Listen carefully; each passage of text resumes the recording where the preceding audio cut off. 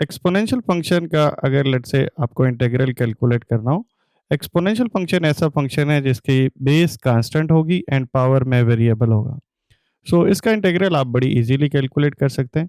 आप simply exponential function को as it is लिख लेंगे, जो भी होगा उसको एज इट इज़ लिख लेंगे and divided by log of constant base कर लेंगे। बेस इस वक्त 2 है, सो मैं लॉग ऑफ 2 से डिवाइड कर लूँगा।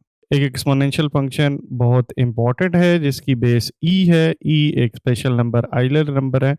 अगर लेट्स से आप इसका इंटीग्रल कैलकुलेट करना चाहें तो आप सिंपली क्या लिखते हैं, e power x mean exponential function as it is and divided by log of constant base which is e. ये लॉग ऑफ ई एक्चुअली 1 होता है, सो इसलिए आपको समटाइम इसका आंसर यही दिख रहा होता है, e power x. So for example अगर आपके पास इसी तरह से कोई और फंक्शन है, नॉर्मली समटाइम बुक्स में ए लिखा होता है, ए कोई जनरल कांस्टेंट होता है एंड देन एक्स उसकी पावर है। सो अगर आप इसका इंटीग्रल कैलकुलेट करना चाह रहे हैं, सो बहुत सिंपल है, आप लिखेंगे ए पावर एक्स एंड डिवाइड कर लेंगे लॉग ऑफ कांस्टेंट बेस जो कि इस वक्त ए है। समटाइम पावर के साथ कोई कांस्टेंट नंबर भी मल्टीप्लाई हो रहा होता है।